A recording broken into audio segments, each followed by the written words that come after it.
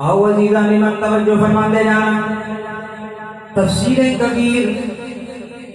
ایک مرتبہ امام الانبیاء صلی اللہ علیہ وآلہ وسلم آپ نے حضرت ابو بکر صدیق کو اپنی انگوٹھی دیتی، فرمایا صدیق اے انگوٹھی لے جاؤ، اندے لا الہ الا اللہ اینا کلمہ لکھوا کے لے آؤ۔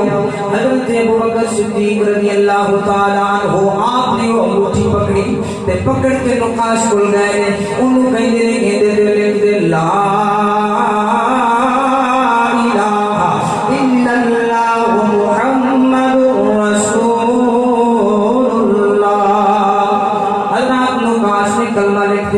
حضرت ابوبکر صدیق نے انگوٹھی پکڑی، واپس رسول اللہ کی بات کا چادر ہو گئے۔